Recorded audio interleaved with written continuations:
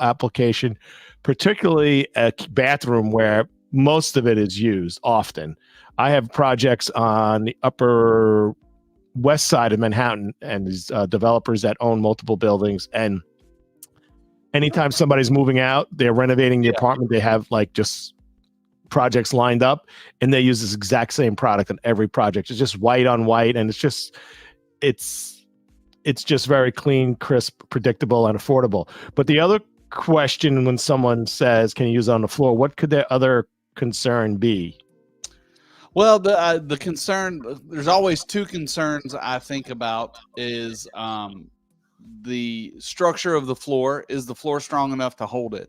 You know, because glass probably has a deflection similar to stone. I would think it needs to be a really stiff floor, and then the bondability. But the good thing about the nano glass and it having a porcelain back, you don't have to worry about that as much, because porcelain, even though it's impervious, it still is more pervious, which I don't think is a word, than glass. I think the well English is it's more purposely.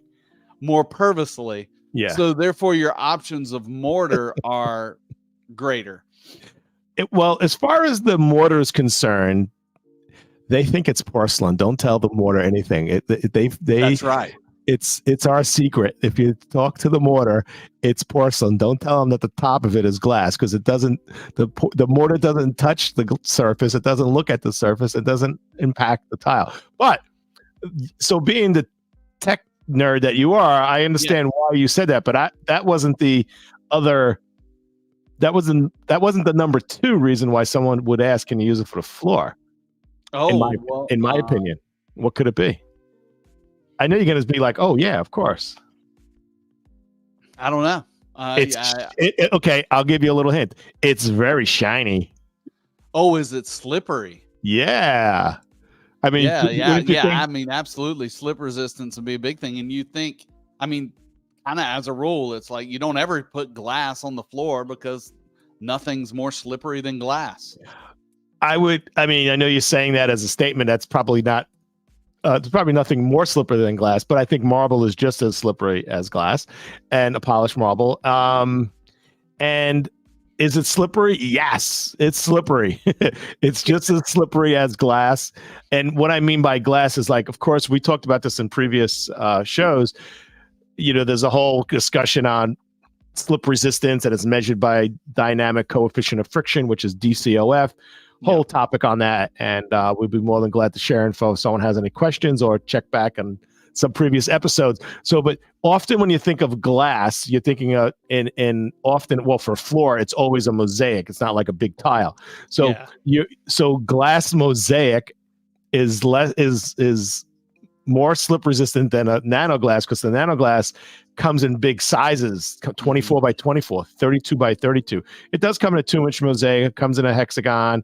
It comes in a 6 by 18, whole bunch of sizes. But I would not discourage anyone to use this in a bathroom on a floor, but you need to manage expectations. Yeah. If you have socks on, it's slippery. If it's wet, it's slippery. But if you're doing a marble bathroom, which the rich and famous do all the time and throughout history, it's also slippery. So if I want to use nano glass, if I like that look, I would absolutely use it for my bathroom, and I would put a towel down or a mat down if you're going to be, taking a shower or a bath and you want to have a wet application. Yeah. But it also, it's not a public place. There's something about expectation. Did you ever drink a glass of water and then you forgot you had seltzer, not regular water, and it's like a big shock? You're like, oh my God. It's just water. So it's kind of similar to that when you're in a public situation. People are walking from the sidewalk into a showroom, and if that showroom or a store has a shiny floor, you're not expecting it, and it could really.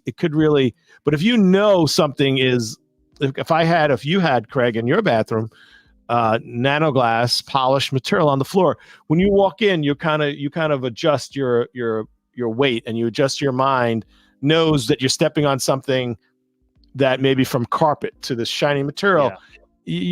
So I think there's some psychology in that, or some underlying reaction that your body has. Maybe it's subliminal, but you can't do that I in a agree. commercial. And hey, let us know down in the comments if that makes sense to you. Would you put a shiny glass Surface hybrid surface right in your bathroom? What would you think? Put it in the comments. Let us know. Now, I've had people put it in their living room. I had a house in the Hamptons that put it on their whole, their living room, because the Hamptons is known to be like white on white. There's a lot of variations, but this kind of this minimalistic, clean look. But think about it. You're in the Hamptons. I am concerned about sand. I mean, if you're going to be bringing sand into the house, but this house had a pool house. It had a pool outside. It wasn't it was accessible to the ocean, but so you really weren't bringing sand in. But if you're going to have sand on your boots and walk into the nanoglass, you shouldn't do that. Yeah.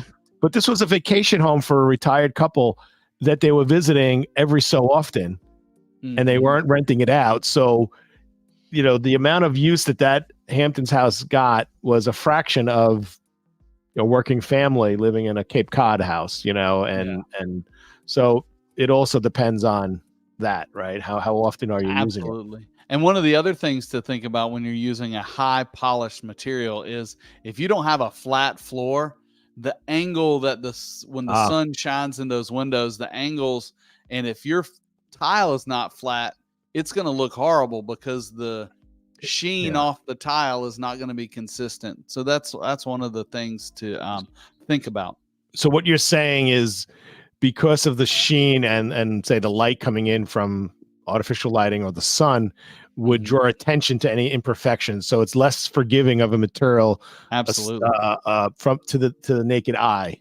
Yeah. And a little difference can make a big difference in your vision and the aesthetic of it. It can be a 32nd of an inch, but a 32nd of an inch reflected a little bit differently makes things looks terrible. Yeah. So another thing to think about when using nano glass on the floor. I think it's a great product. I encourage walls, of course. It's beautiful. Floors, it's great. And but you have to manage the expectations. What are you looking to get out of it? Absolutely. Well, I think we beat that one to death. That's can you use nano glass on the floor? Nano glass, if you're just dropping in, nano glass is a hybrid glass and porcelain tiles material that has got a porcelain back on it, which means it can be stuck just about anywhere, and the surface is good for a floor. Just make sure you install it correctly, and you install it in the correct area. And if you have questions, consult a tile professional like John. Call. So don't call you. Call me. That's right. Don't call me. Call John. Yeah. So in the end, I'm going to summarize. Answer the question similarly. How do you say similarly? Similarly. I can't say it today. As you would a polished marble. Like, can I use polished marble? Right. I think so. All right. We're gonna jump around and change. Not necessarily change gears, but we're going to change finishes. Hey, actually, we had some comments, I think, come up. Let's see.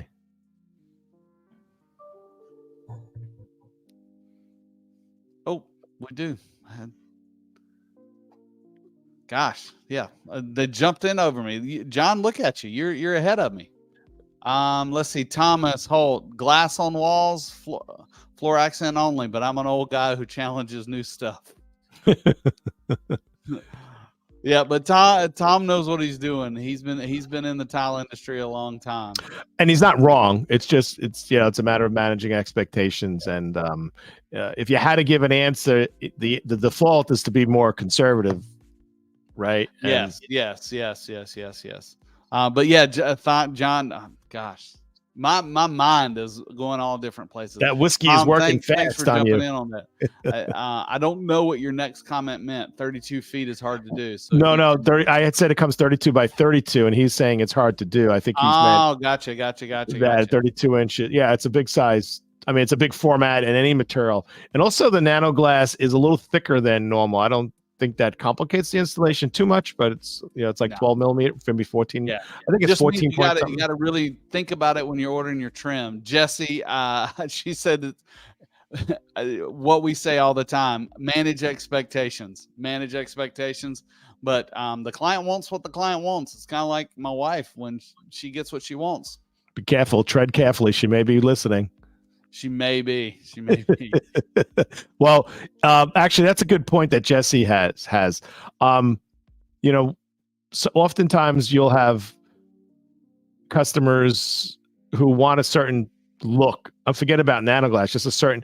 And if that's what they want, you need to just tell them, these are the pros, these are the cons. Right. But if you're in business and you're being honest with people, and you wouldn't let them do anything unethical or something that was like setting them up for failure. Like it would, a really thin, super inexpensive ceramic tile on a commercial floor where it's going to crack. But if it has to do with slipping and it's not a commercial application, you explain it to them and everyone makes their own decision. Otherwise, they just go on to the next person and buy it from someone else or hire a different contractor. Yeah. Well, but you have to cover and we'll be honest, I tell our team this all the time: slip resistance is relative. I mean, yes, we can tell you numbers all day long, but what do numbers mean?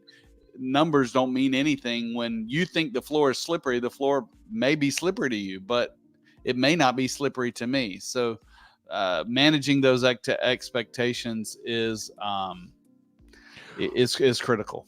And we live in the land of litigation, right? So in America, there's I think statistically there's 4.7 attorneys for every person who's an American citizen.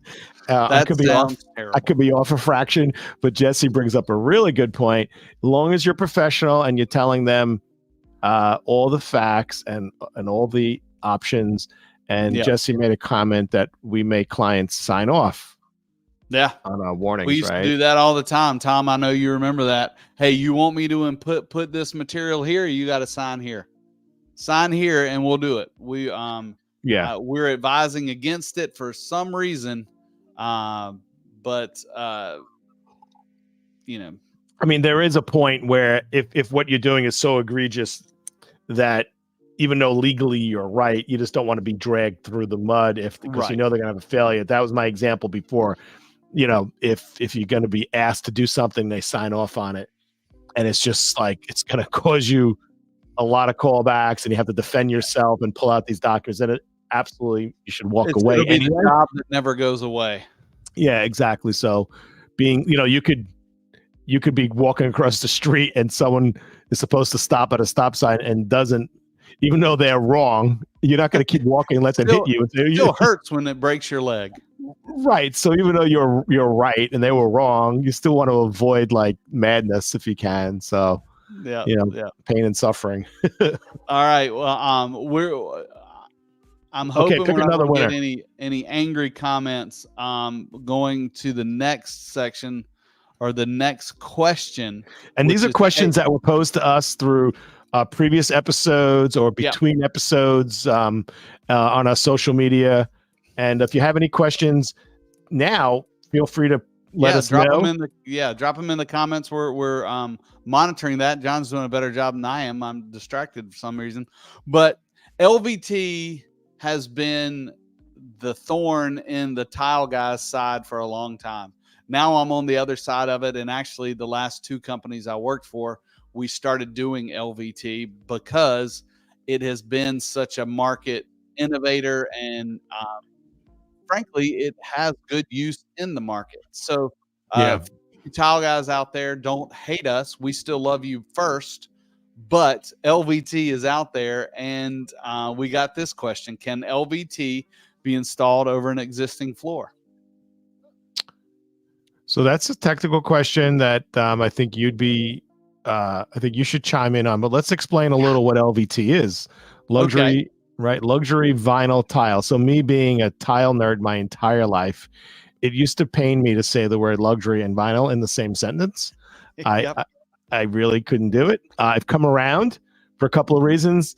LVT products typically known to look like wood planks, but there are many other options, usually strips, and there's different kind of constructions. And unlike porcelain tile, where porcelain is porcelain to some degree, but LVT there are literally 2 or 3 or maybe 4 different types of constructions, and you pick them for different reasons. But LVT is it's come around because aesthetically it is really something that you really want to consider, where budget is a consideration, and the raw material, the price of the product is really low.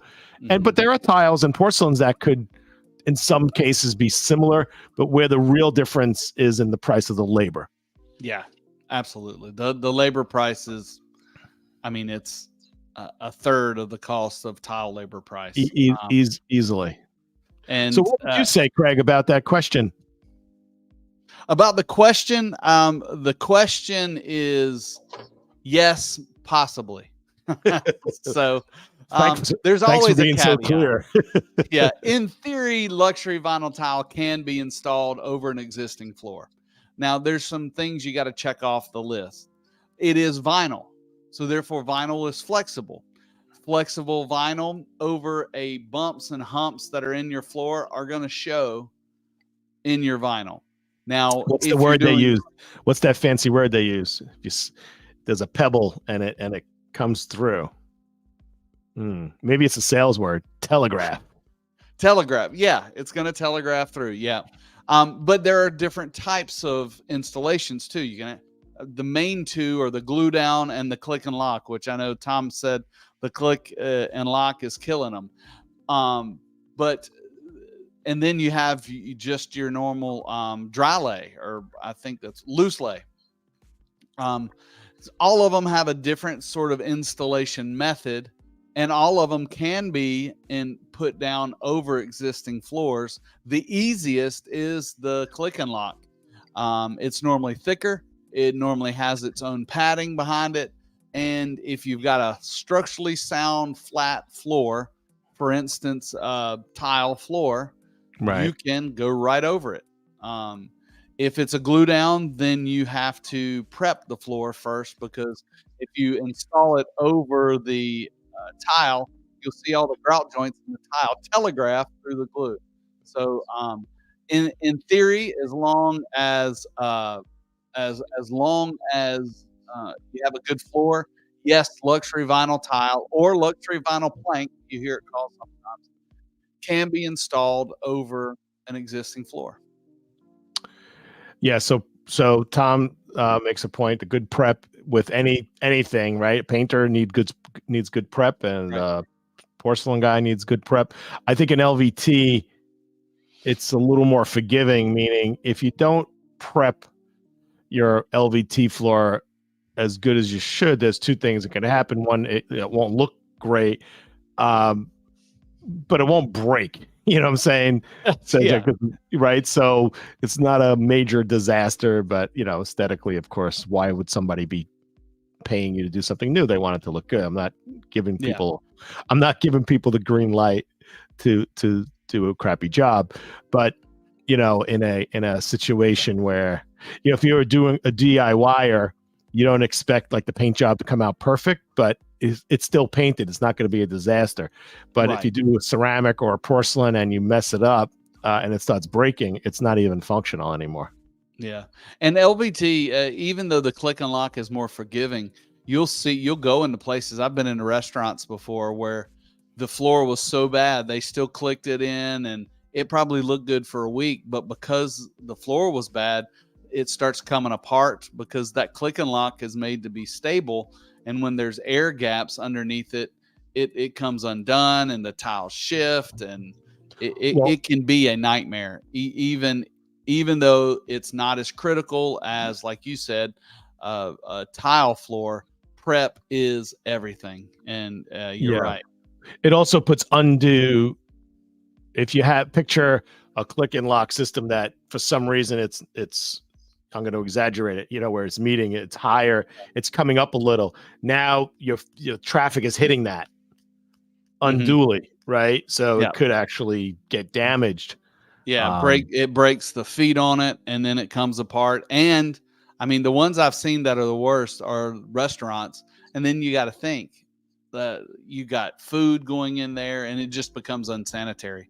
Because when it's installed correctly, and I just had this question to Jeremy, who is he is all things LVT for The tile king of bar. LVT. Yes, He's the king of LVT. Because my uncle and aunt are going to redo their bathroom, and they said we want to use this click and lock system. And I'm like, can you use it in a wet area? I wasn't exactly sure because I'm a tile guy. So I checked, and he said, yeah, as long as it's stable, as long as it locks together, you can use it in a wet area. it's 100% waterproof. It really is. It's amazing when installed correctly. Yeah, Let's put a. All right, you always got to put that disclaimer in there, huh? I always, if you ever get an email from me, it's going to say that when installed correctly. Well, and tile, of course, tile is porcelain, ceramic, and glass are waterproof also. Yes, I mean that water can't hurt them. They won't. They will not hold water. Right. Yeah. So let's see. What comments do we have? Tom is just being amazed by our knowledge. And so he is. I think you took that comment out of context, probably. No, I'm taking that as a complete compliment about our knowledge. Thank you. So, you want to continue on? We have one more LVT question. You want to just beat that dead horse? Let's do it. I love topics on all subjects, but let's do it. All right. So we talked about the LVTs for a while, and we probably talked about these indifferently. So let's say advantages and disadvantages. So I'm going to tell you my quick, you tell me your quick, and then we'll move on. Okay. Advantages is cost. LVT is not as expensive as a hard tile floor or a terrazzo floor.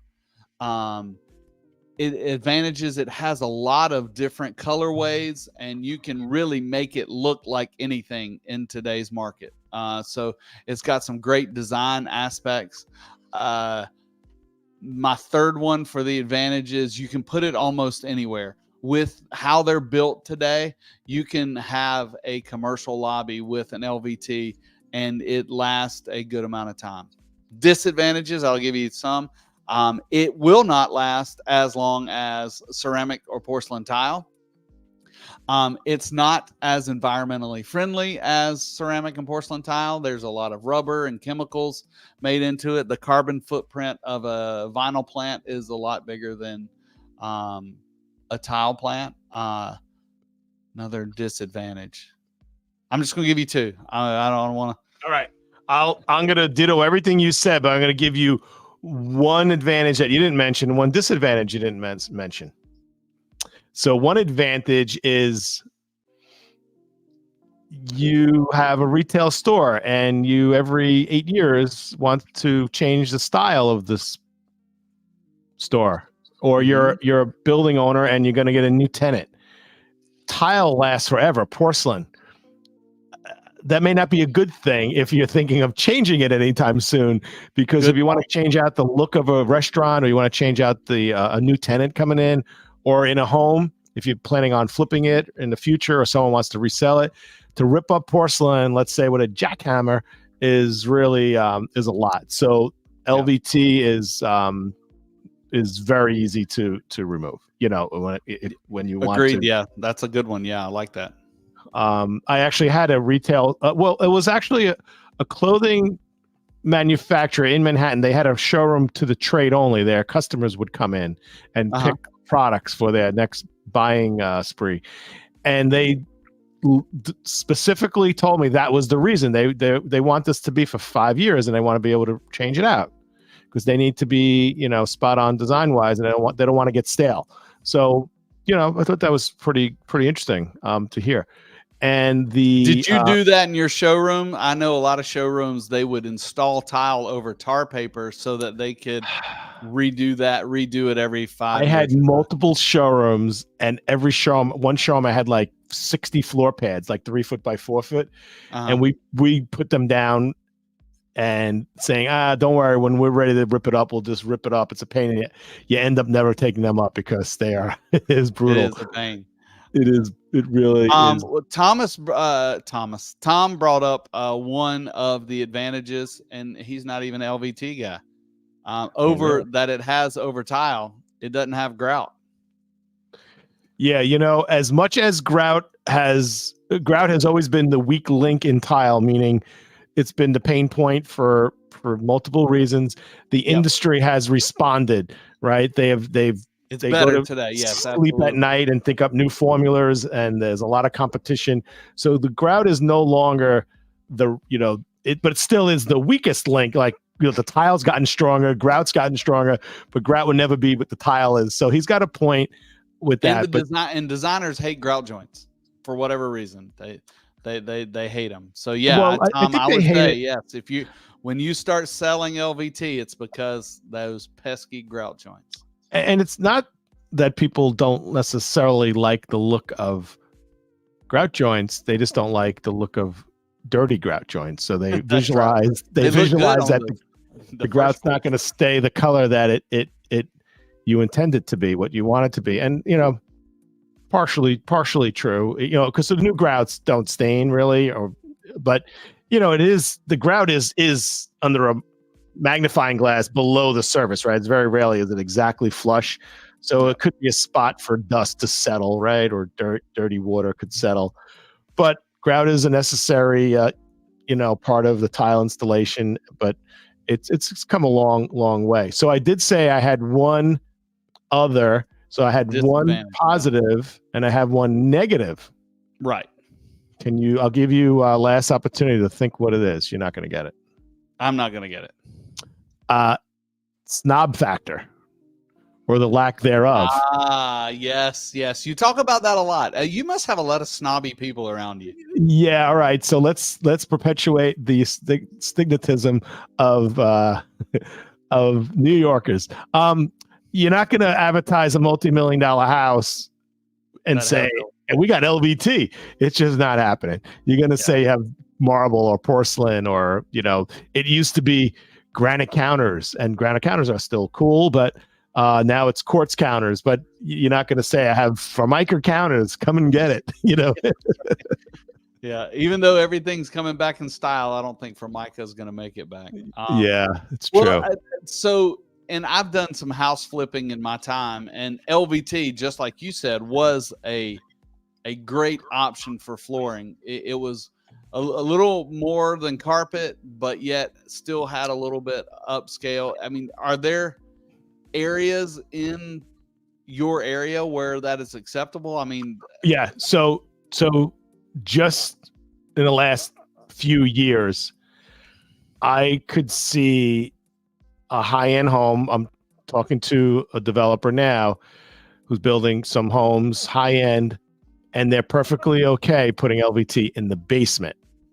Not in the kitchen. Absolutely not. It's not happening. I'm assuming it's a click system in the basement, because LVT and moisture don't get along. Yeah. And theoretically, if you get a loose lay, which most people don't lay loose anymore, but you can loose lay it. But if you really have a basement that could flood, you can install the loose lay the way it was originally envisioned, which was just slap it on the floor with no glue. Just let it lay there. Put I think it's 3/8 of an inch around the perimeter of a space for some movement, and maybe glue the perimeter tiles. Yeah. And if you don't have heavy rolling loads, like if you don't have carts or big rolling chairs with heavy people on it, you're not going to take heavy furniture and slide it around. You won't have any problems with the loose lay. Oh, so what I was getting at is, if you do flood, I mean, you could theoretically take your loose lay up, bring it out on your front lawn, let it dry, put it back down. It's not a crazy thought, but because think about it, if you have carpet in your basement, or if you have wood in your basement, or you have a laminate flooring, that stuff is in the garbage. I mean, literally, just a touch of water. That's why I like tile floors in the basements, because, I mean, even though tile floor is, moisture can affect it to a certain extent, but the tolerance is so high. I've never seen moisture. It's just the budget. It's just the budget. Like, basement areas are typically one big open space, so it's usually almost the footprint of the whole house. So you're talking, 1,000 feet, 800 feet, 2,000, depending on the size of the house, of course. So, and it's not necessarily where you got to entertain, bring your guests down there. So you just want something functional. But I'd like to throw one more advantage in. Okay, go for it. All right. It's the expediency of installing it. If you have a commercial application, I've seen stores put in LVT like while they're closed, like they're open in the day and at night they close and they get a crew come and bang it out. Next day you can walk on it. Where porcelain, you can't do that. Or any type of tile, you can't. I mean, I've done some projects like that overnight, and it is harrowing.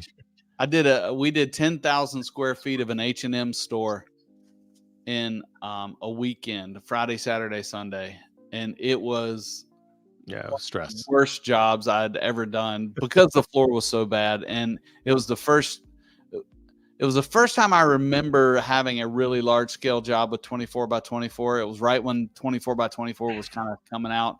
Right. H&M was getting really big, and this was their first renovation, and man, it was a mess. But yeah, I mean, I've done some work in malls. We shut down at night, tear out the whole floor and tile the whole floor, and we have to start using rapid set by 5 a.m. so that it can be ready to be grouted and then walked on. And by 10 a.m. I just had a restaurant that hired a really good high-end designer on Long Island, and they were just going to do some touch-ups and kind of just spruce up the place a little. Then they decided to put a new flooring, and they literally put LVT down because they're restaurants have been through a lot, and they really don't want to close for a long period of time. And time is money, right? So they really want to. Time is money. So, all right, we've beat the LVT thing. And I think to get us back on the tile track, you sent me a video today. Oh yeah. So every Friday I do my happy hour product highlight, which is not an hour, it's 60 seconds. And I feature a new product. Sometimes it's something that's just being launched. Typically it is. And this was, well, let me see what you think.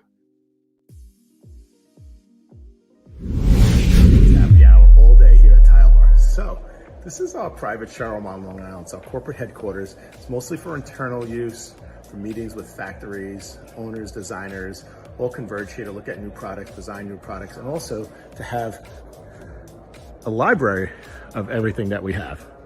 Really incredible. This is just some of it. So I want to show you this new line.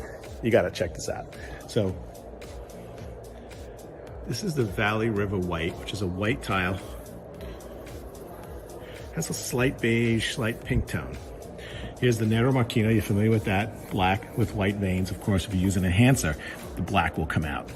And then this is, it kind of looks like a white Carrera. It's not really white Carrera. It's a lion white, kind of like a cross between a Carrera and a Statuary. Really nice, beautiful material. It's in stock. Order samples now. This is John to the Sco. I'd like to wish you a happy hour. John, that is a cool, I like that stuff. I've seen that a couple of times. I know I saw it when we did the product release, and then I've had a couple of questions about those tiles. I really like them. And but I will tell you one thing, when I use AI to do the closed captions, I have to almost rewrite everything because of your accent. What accent? Exactly. It's a lot of, cost a lot of dollars. That stuff is a lot of dollars. So that was a natural marble. Not sure if I made that clear. It's also honed material. It wasn't polished, just to give everyone a little bit more of a visual. It actually is a little thicker than a normal tile. I think it was about 5/8 of an inch thick, probably. Now I could imagine that one of the technical questions you'll get on that is, how do you grout that freaking thing? Yeah. And Tom, you're right. It does have a 3D look. It's like a washboard finish, but it's like Yeah. really, really small flutes that are in it. And yeah, it ain't easy. It won't be easy to grout. It's got a couple of things going against it. Number one, it's marble. So it's going to soak up whatever grout you use. Number two, all of those little ridges are going to catch the grout. Number three is you can set it with a tight grout joint. So my suggestion on anything like that is make sure you honor the timing of the grout and probably clean it a little bit earlier. Just grout the joints if you can. Right. Chop, and then you don't want that stuff to set up. So make sure you're getting on it while the grout is still pretty fresh, so that it doesn't dry up in all those little crevices. And yes, Right. use the right grout. You're right, Tom. For that project, what I would use is Permacolor NS to match the tile. That would be my grout recommendation. Permacolor NS, and if you're grouting the white, grout the white with a whitish color. If you're using the Nero Machina, then grout it with a dark brown or black. 1,000%. I was going to bring that up. This is an aesthetic and a technical advantage. Aesthetically, it should be a blending grout as much as you can, because it's meant to look ribbed, right? So you don't want it to look like 12 by 24 tiles, which it is. You want to walk into this room. This is for the wall only, folks. You want to walk into the room and you don't want to see, oh, look at that 12 by 24 tile with ribs in it. You want to look at the whole and see, wow, this is really cool, and try not to draw attention to the size of the tile and the way to do that. I think you call that in the design world monolithic. Monolithic, yes. Is that right? That is correct. It would dry quickly because that stone is going to suck the water right out of the grout and the thin set. And so I don't know what toothbrush grouting is. I do know what toothbrush cleaning is. That's what my wife makes me do on the toilet. What? Toothbrush grouting. Maybe the back of a toothbrush, I'm thinking. Like, use it as a pointer. I don't know. Maybe so.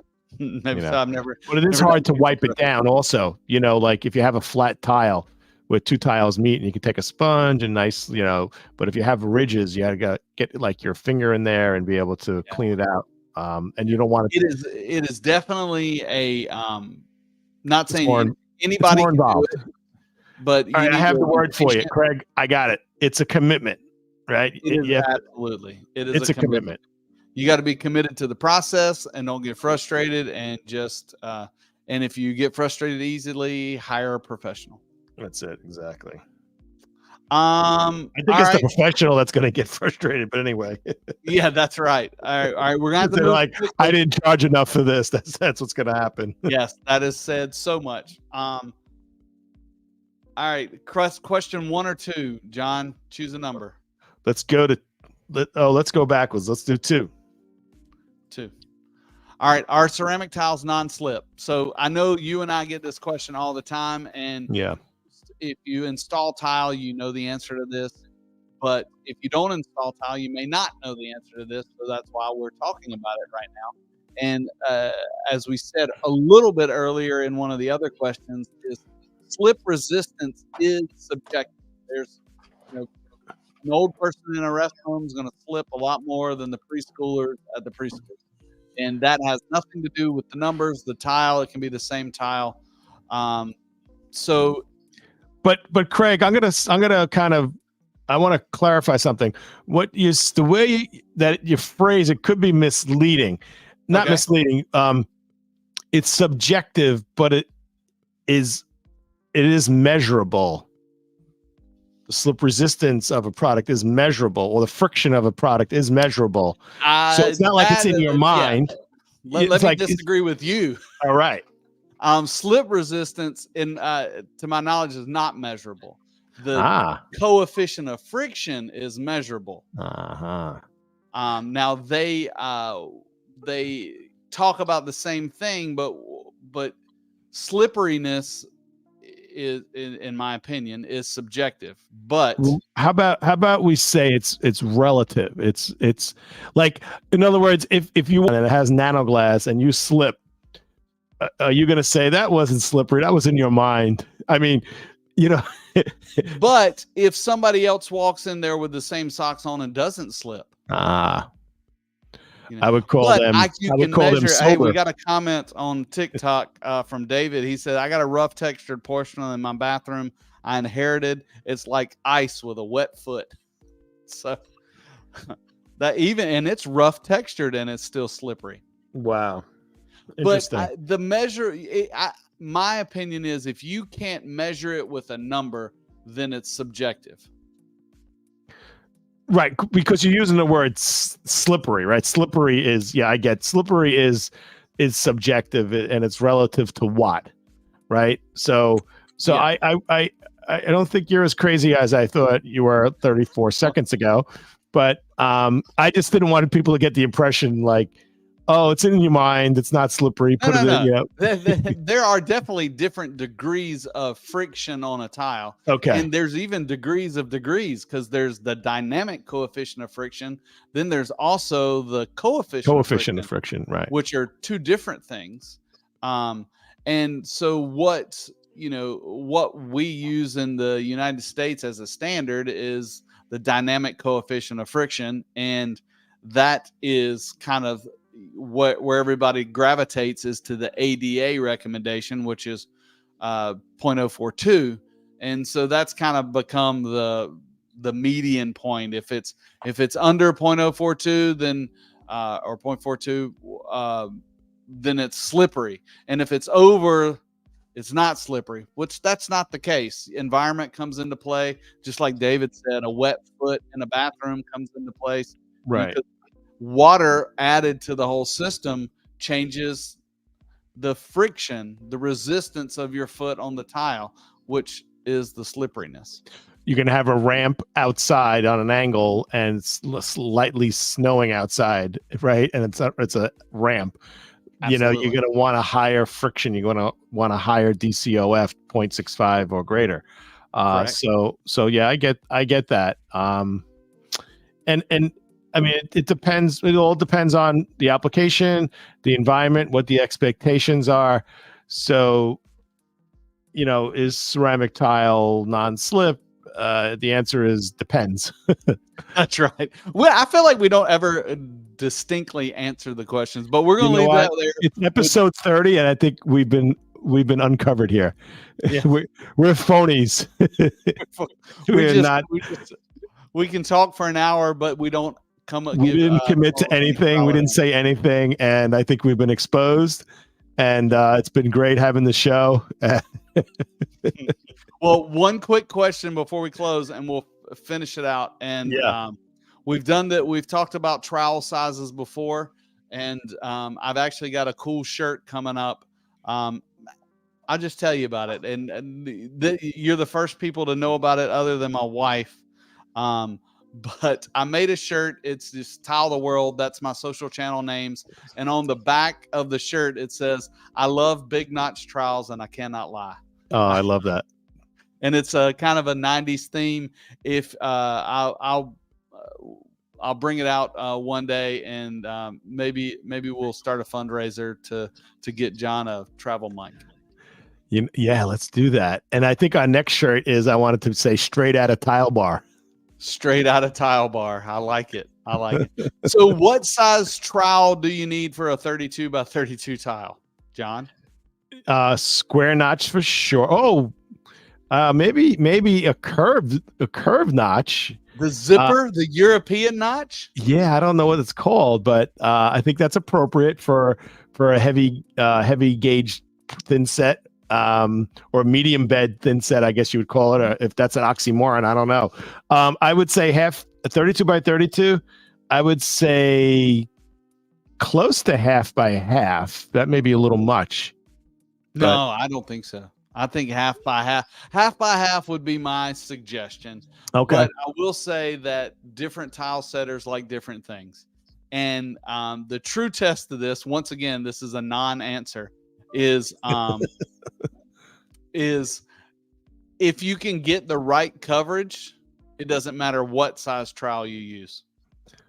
Right. Like Tom likes the 3/8 by 1/2. 3/8 by half. Right. Well, also there's technique, right? You could trowel at a 90-degree angle and let a lot of thin set through, or you can angle it on a 45 or whatever angle and less gets through. So, and then you could back butter the tile and trowel it on the floor. So there's many ways to, I don't want to say skin the cat. Technique goes a long way. If you're not using directional troweling, then you're not doing it right. And that is a conversation for another day. There's plenty of videos out there. For a tile that size, Tom, you're right. Always back butter a tile that size, and use the trowel. I was thinking construction adhesive, like 4 dots in the corners and 1 dot in the middle. No, the dot method is a failure, and I love that because I get those questions. I get pictures, and they send me a picture of the tile fell off the wall, and there's 5 dots behind it, and they're like, "What happened?" I'm like, "Well, so whoever installed it didn't know what they were doing." Now, but it is subjective. Different setters like different things. I've never used the zipper trowels or the European notch trowels. I've heard good things about them. I don't know. But the key is pull your tile up and look at the back of it. Yeah. But I think the zipper, I never heard that term, but I understand why. It's curved. So when you push down, I think it disperses a little more evenly, whereas a square notch, I don't know. They say that the zipper notch, I was watching something the other day that the ridges collapse more easily. With a square notch, they stand straight up, but with a zipper notch, they're leaning over a little bit and they collapse more easily. I don't. So theoretically, David on TikTok loves the Euro trowel. So I'm thinking on a square notch, like you're saying, so someone may be tempted to push it down a little harder, and then sometimes you push it too hard, right? Too far. So if you have a zipper notch and it kind of gently falls into place, you're not over putting too much pressure on the tile, before you really tap it down and want it to be flush. Interesting. I don't think that's the case. No, you don't think so. What's the name of your shirt again? Even with a square notch, you're supposed to collapse the ridges by setting your tile, pushing it perpendicular to the ridges, and they're supposed to collapse onto each other. And they say with the Euro notch, they collapse a little easier. And what that does is when the ridges collapse, it pushes all the air out of the system to where. But if you push straight down, all it does is it makes them fat, and you still can have air pockets. Oh, okay. All right. So I learned something today. Yeah, I actually did a demo with a clear tile at the sales summit 2 years ago that you were there for, but evidently you weren't paying attention. I think I was on lunch at that moment.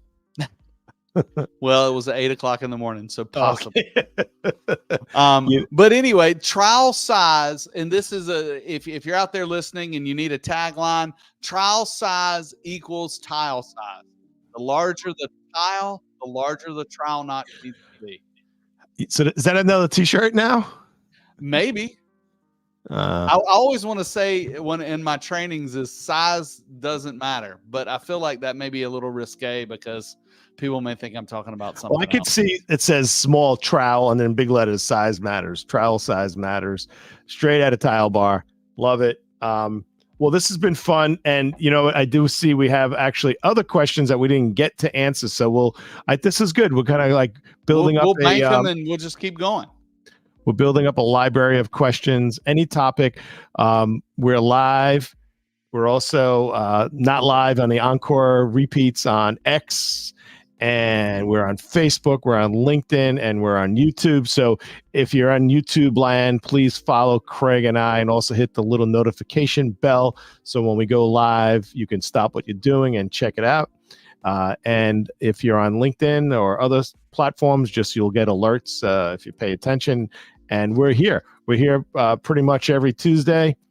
This is the Tile Happy Hour, Tuesdays, 8 p.m. till whenever, until Craig's dinner is heated up, and then we're going to be good. So this has been fun, Craig.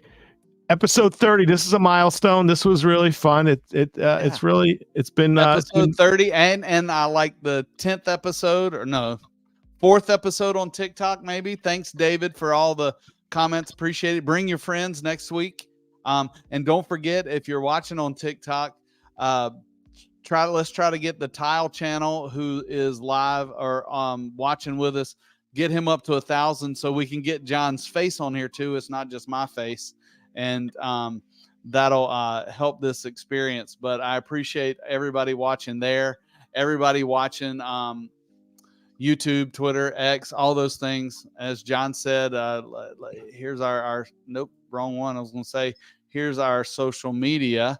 Make sure you find us there. And, follow us there. We're really looking forward to next week. Hopefully we'll see everybody. So this is John Tedisco. I'd like to wish everybody peace, health, and happiness. And this is Craig. Love you guys. Y'all are awesome. Keep tiling stuff, making stuff amazing, making stuff beautiful. And let's always just continue to learn together and tile the world.